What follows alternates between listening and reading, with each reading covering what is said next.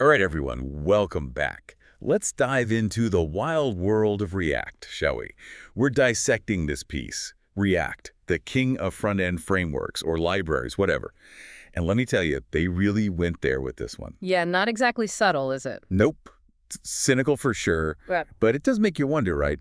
Is React all hype, or is there some real substance behind all that buzz? that's the million-dollar question. I mean, the article definitely focuses on that whole Facebook-turned meta backing for... True. And there's no denying React's popularity exploded right alongside Facebook. Yeah, But does that automatically make it the right fit for, like, every project out there? not at all. But here's the thing that meta support, it actually translates to some real tangible benefits for us developers. Oh, really? Like what? Well, for starters, you've got long-term stability, consistent updates. It's less likely that React's just going to disappear overnight, you know? Right, because who wants to invest all that time learning something only to have it vanish? Exactly. And that whole library versus framework debate, the article loves to poke fun at. No, don't even get me started. It's like a minefield out there. It ties directly into that "is it here to stay" question, Yeah. because it changes how much freedom you have as a developer. Okay, so break it down for me. How does it change things? Frameworks, they're structured. You work within their rules, their way of doing things. Less flexibility. React, on the other hand, it's a library. It gives you the tools, the building blocks, but you call the shots on how they come together. So it's like, what, ordering a prefab house versus designing and building your own? Exactly. React's like saying, here's the lumber, here are some tools, go wild, which I guess explains that IKEA analogy from the article. Oh, yeah, that was hilarious. Yeah, Trying to assemble furniture with no instructions. I've been there with React a time or two. right. But hey, when you nail it, you've got something totally unique and custom built. But speaking of assembling things, let's talk about JSX for a minute. The article definitely had some thoughts. Yeah, the whole HTML inside JavaScript concept Hmm. definitely seems to be a love it or hate it kind of thing. It's definitely different, and I get why some developers are wary. We're used to things being separate, right? HTML for structure, JavaScript for logic, nice and neat. And JSX just throws that out the window. Pretty much. But there is a method to the madness, I promise. It's how React makes those self-contained components work. Everything's right there. The logic, the way it looks, all in one place. Super organized. Okay, I can see that. But for someone who's totally new to React, seeing HTML mixed in with their JavaScript, that's got to be a little intimidating, though. It takes some getting used to, definitely. But it does become second nature, kind of like learning, I don't know, a new language or something. There's that initial hurdle, but then you become fluent. And I'm guessing those self-contained components make debugging a lot easier. Oh, absolutely. Instead of hunting down errors all over your code base, it's all right there. And the reusability, don't even get me started. Oh, come on. You know I'm going to ask. What about it? Need the same button style across your whole app. You create the component once, boom, done. Consistent, no code repetition, beautiful. Okay, you're selling me on this whole JSX thing, but the article kind of glossed over some of the other React concepts. Virtual DOM, state management, hooks. It was a lot. Yeah, there's a lot to unpack, for sure. But those concepts are kind of a big deal. They're what make React so powerful. All right, well, let's try to unpack them then.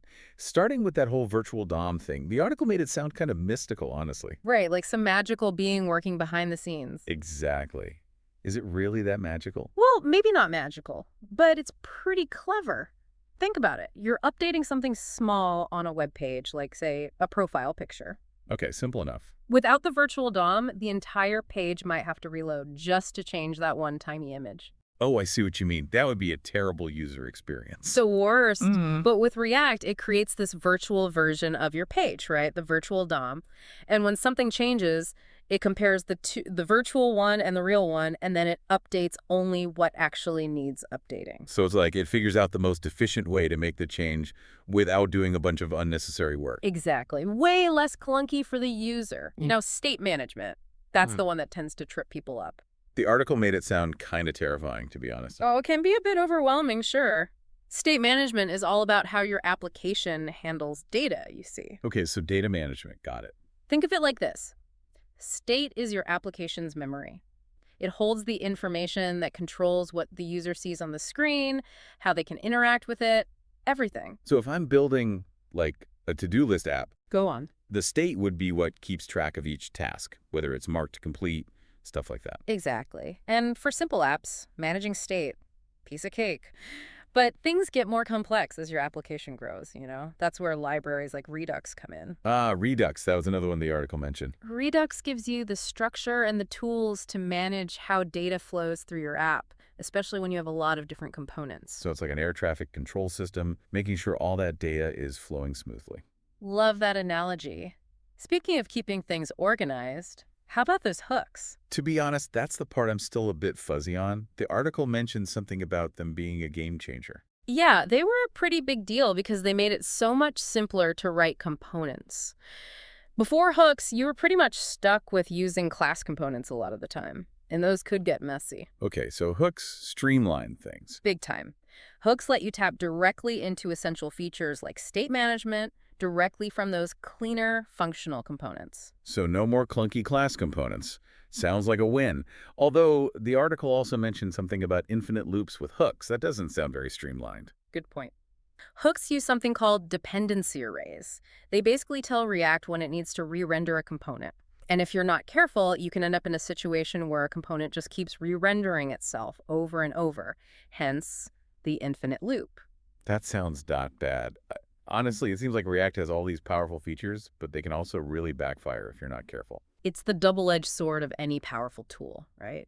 Master it, and it's incredibly rewarding.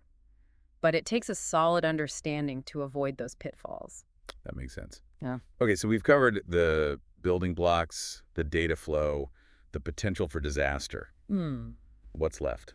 Well, the article didn't just focus on the tech itself, did it? There's that whole other side of things to talk about.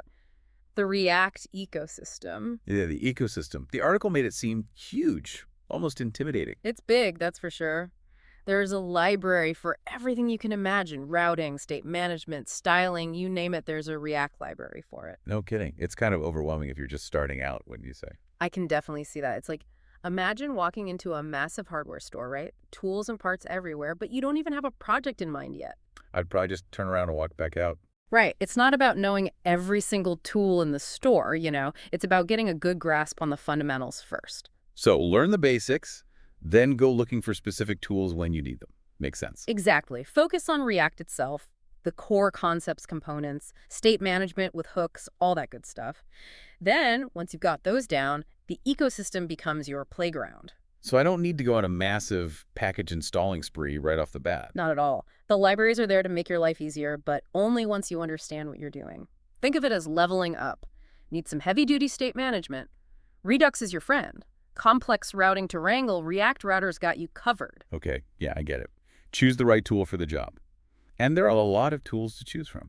That's where the community comes in. React has a huge and very active community. So if you're stuck, don't be afraid to ask for help. True. There's always someone out there who's been there, done that. Speaking of expanding beyond the basics, we haven't even touched on React Native. Ah, yes, React Native, taking over the mobile world one app at a time. The article made it sound pretty amazing. Write your code once, and bam! It runs on both iOS and Android.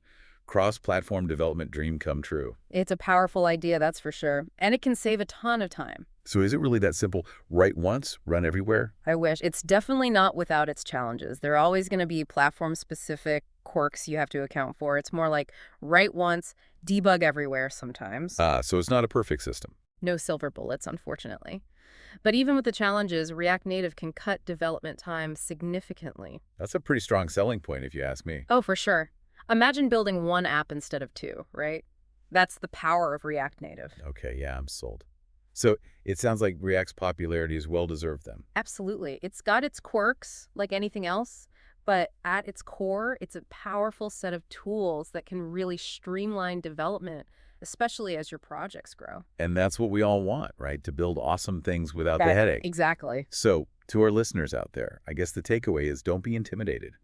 Embrace the challenge, dive into that vast ecosystem, and see what incredible things you can build with React. And that's what it's all about. It's an exciting world out there. What will you build? We can't wait to find out.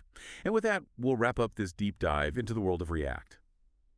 Thanks for joining us, and remember, there's always something new to learn.